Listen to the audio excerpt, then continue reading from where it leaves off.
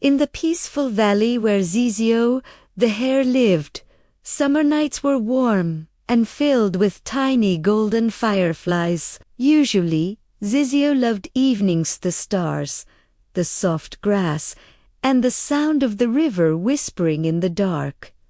But tonight felt different. The air seemed too quiet, the shadows too long, and something deep in Zyzio's tummy felt tight and shaky. He didn't know it yet, but he was about to learn a very important lesson about fear. Wiki the squirrel jumped happily from branch to branch. Let's all watch the fireflies tonight. They shine brightest this time of year. Yes, and we can collect glowing stones, added Sisi the fawn. Zyzio forced a smile. Sounds fun. But inside, his paws were trembling. As the sun slipped behind the hills, darkness slowly covered the valley like a blanket. Zyzio swallowed hard. It's just night, he whispered to himself. Nothing scary here. Right. The three friends walked along the forest path. Crack, snap. Rustle. Zyzio jumped every time a leaf moved. Did you hear that? It's just a squirrel, Wiki giggled. Or maybe a frog, added Sisi. Zyzio tried to relax, but then he saw it, a long stretched-out shadow between the trees. Tall, thin, wiggly. What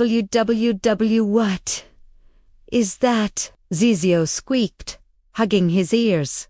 Sisi looked. Wiki looked. Both blinked. Zyzio, that's just your shadow, said Wiki gently. My... what? Your shadow, Sisi repeated. It copies you. Look. Zyzio lifted one paw. The shadow lifted its paw. He lifted his ears. The shadow's ears rose too. Oh, Zyzio whispered. Right. But even though he knew it was his shadow, the tight feeling in his stomach didn't go away. The deeper they went into the forest, the darker it became. The fireflies flickered softly, but the shadows between the trees grew thicker. Then something fluttered above them. Zyzio screamed and hid behind a log. Wiki tilted her head. It's a bat. Zyzio ba. What if it bites? It eats insects, not hares, Sisi explained. It's just going home. Zyzio peeked out. The bat looked completely harmless, but his heart was still beating fast. Suddenly, the wind picked up, making branches crack. Something rustled behind them. A cold breeze brushed Zyzio's neck. There's something following us. I know, Zyzio cried. He imagined glowing eyes, sharp teeth, and huge claws. He ran behind Sisi and covered his face. Zyzio, we're right here, Sisi said softly. You're safe. No, I'm not. The dark is full of dangers. Zyzio. A deep, calm voice echoed through the forest. It was Benek, the wise badger. He stepped forward slowly, his eyes warm and steady. I think you've found yourself in the land of fear. Zyzio snippled. Benek. Everything is scary. Every sound, every shadow. Benek nodded gently. Fear does that. It makes the familiar feel strange. It whispers stories that aren't true. But what if there is something dangerous? Zyzio asked. Fear's job is to protect you, Benek explained. But sometimes it works too hard and warns you about things that aren't dangerous at all. Fear is like a little guardian inside your heart. But a guardian needs help too. You can guide your fear. How? Zyzio whispered. Benek raised his paw. First, name it.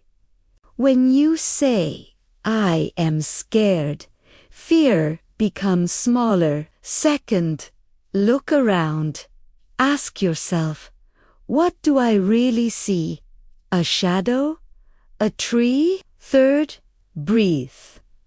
Slow breaths calm your heart. Fourth, get close to safety. Be near friends or someone you trust. And finally, tell the story again. Fear makes up scary stories. You can make a true story. It's not a monster. It's my shadow. It's not danger. It's just a bat. Zyzio listened carefully. The storm of fear inside him became quieter. Let's try it now, said Benek. What scared you earlier?